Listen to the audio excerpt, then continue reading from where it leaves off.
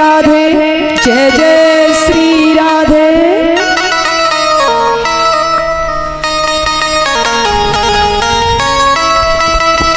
क्यों बातें कर रहे हो? ज्यादा समय हो गया क्या तुम्हारा? हाँ परिचय जी, तुम अपनी धर्मपत्नी रोको। हाँ जिस से ज्यादा बात करते हैं भाई। अगर तुमने कल से बात करी तो तुम्हें यहाँ बैठाऊंगी, फिर सोच लो। क्या तो शांत बैठ जाओ, और नहीं शांत बैठे तो ये जगह इन सबको उठा के तुम्हारी जगह ये बना देंगे।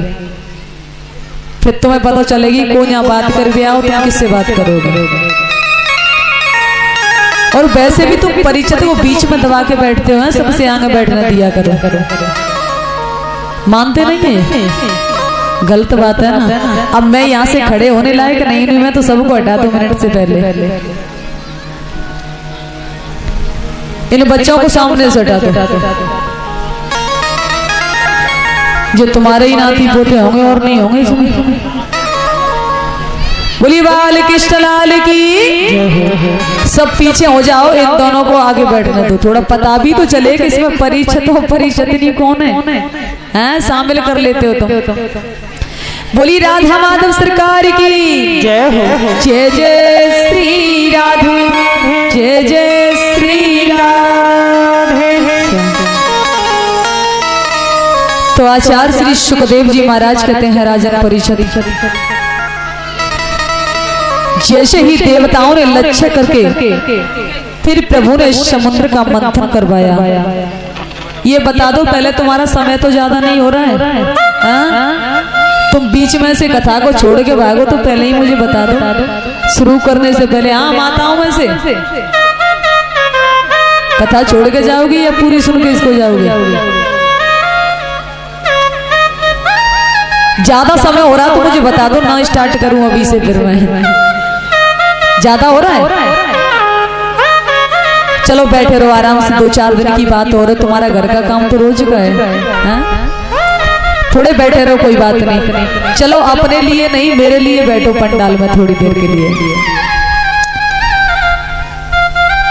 तो जैसे ही समुद्र मंथन करवाया, बासुकी नाग को बनाया रस्सी और मैंद्राचल पर्वत को बनाया रैया।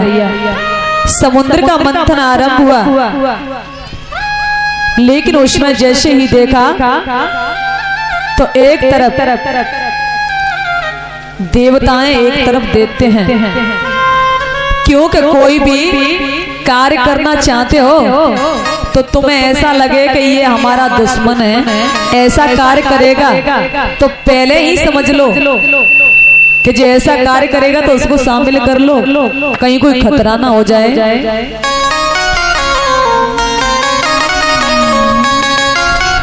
कितनी बतायो रे उन देत्यों में, देवतायो रे उन देत्यों में, भाई भाई का नाता है।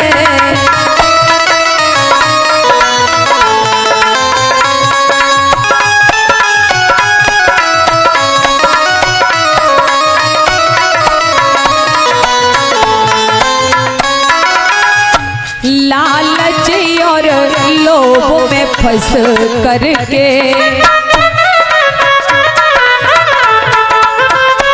लालच और लोभ में फंस करके भाई भाई को खाता है।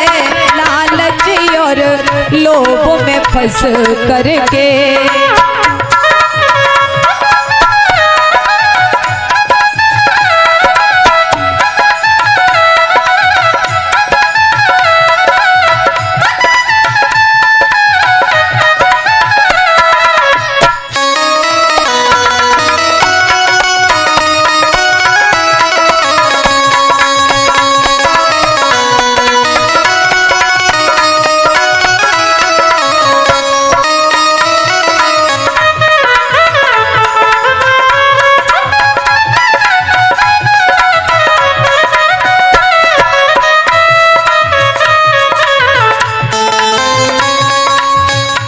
और क्या कहते हैं कि कितना भी कुछ भी हो, लेकिन अगर लालच पड़ गया तो सगा भाई भी अपना नहीं हो सकता।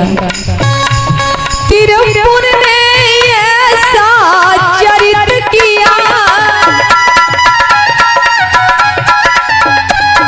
माया का पर्दा डाल दिया। अपनी है तीखी चितवन से, अपनी है तीखी चितवन से निरथ का बंधन काट दिया। अपनी है तीखी चितवन से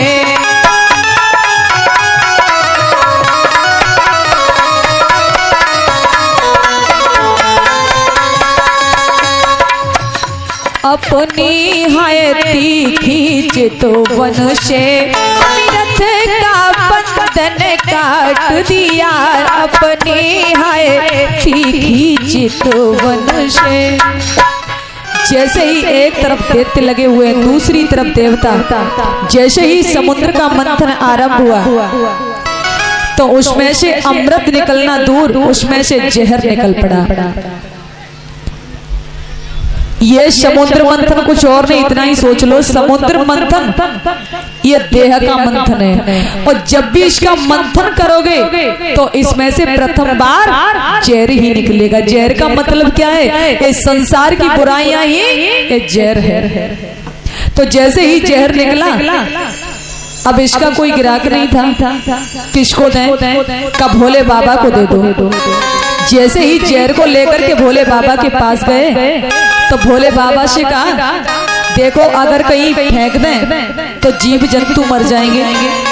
भोले बाबा ने कहा तो क्या करें? का तुम पान कर लो। भोले बाबा ने कहा मरना थोड़े ही, अकेले थोड़े ही, हमारे साथ में पार्वती भी हैं। देवताओं ने कहा मैया पार्वती से कह दो ना जहर का पान कर जाएं। मैया पार्वती बोली कर जाओ।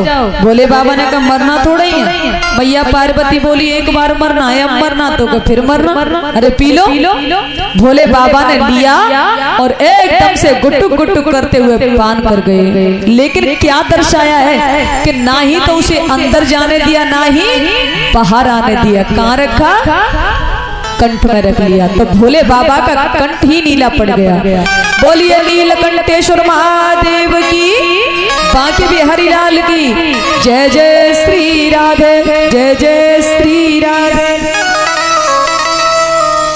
तो भोले बाबा ने ये दर्शाया है कि जब भी संसार वाले तुम्हारी बुराइयां करें ना, तो ना तो अंदर ले जाओ कि उसके प्रति बैर भाव बनाओ, और ना ही बाहर निकालो। कहाँ रखना है? कंठ में।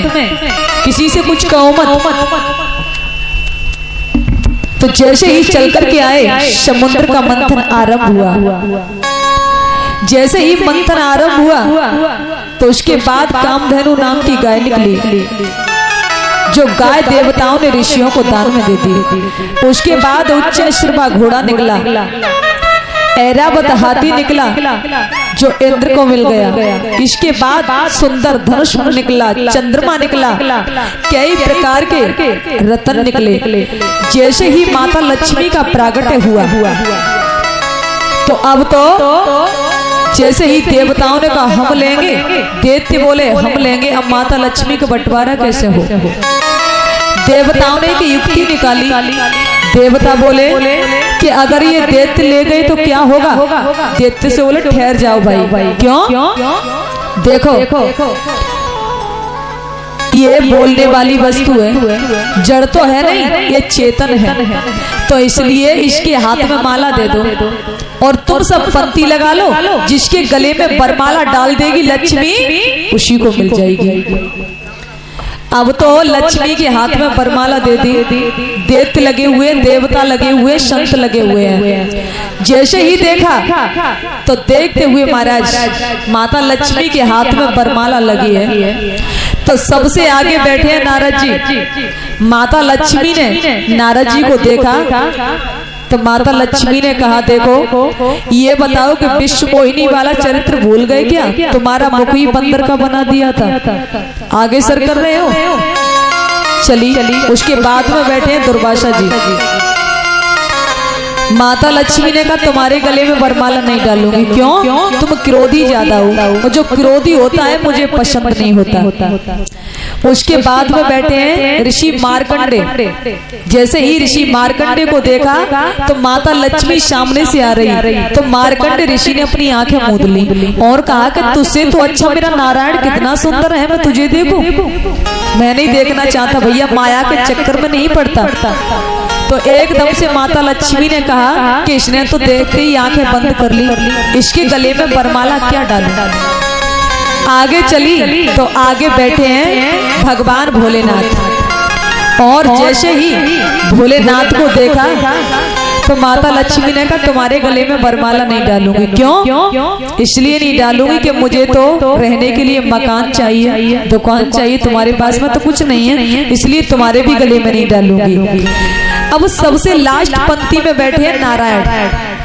जैसे ही नारायण को देखा और एकदम से माता लक्ष्मी ने वरमाला को नारायण के गले में डाल दिया। जैसे ही नारायण के गले में डाला तो एकदम से नारायण मुस्कुरा गए, और मुस्कुरा गए तो माता लक्ष्मी को बुरा लग गया और कहा ओहो तुम ये सोच रहे हो कि हम सुंदर ज्यादा हैं इसलिए वरमाला हमारे गले में डाल दिया। ऐसा कुछ भी नहीं है, लेकिन आपसे लास्ट में पंक्ति में कोई है नहीं इसलिए मैंने वरमाला को डाल दिया। लेकिन माता लक्ष्मी ने नारायण के गले में वरमाला क्यों डाली, ये थोड़ा समझ और लीजिए। कि जैसे ही समुद्र मंथन होने के लिए क्यों जा रहा था, क्यों समुद्र मंथन हुआ था। श्री राधे जय जय श्री राधे।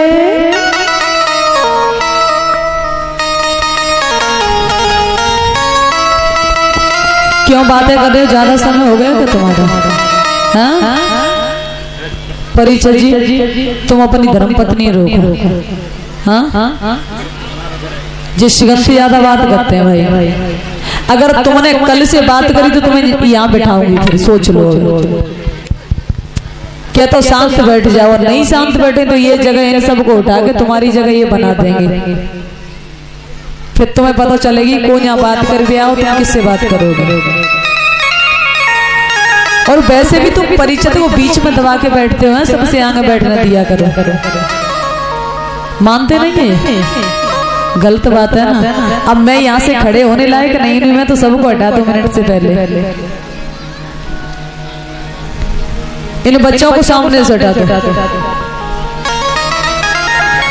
जो तुम्हारे ही नाती पोते होंगे और नहीं होंगे इसमें।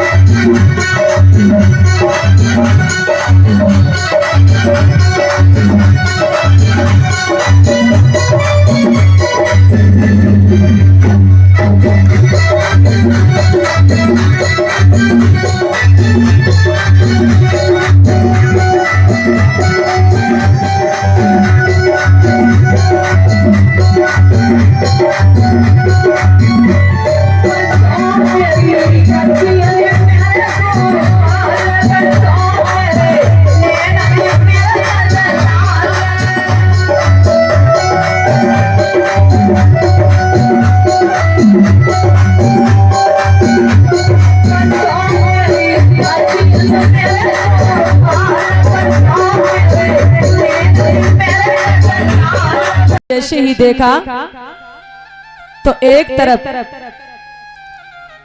देवताएं एक तरफ देते हैं, क्योंकि कोई भी कार्य करना चाहते हो तो तुम्हें ऐसा लगे कि ये हमारा दुश्मन है, ऐसा कार्य करेगा तो पहले ही समझ लो कि जो ऐसा कार्य करेगा तो उसको शामिल कर लो, कहीं कोई खतरा ना हो जाए।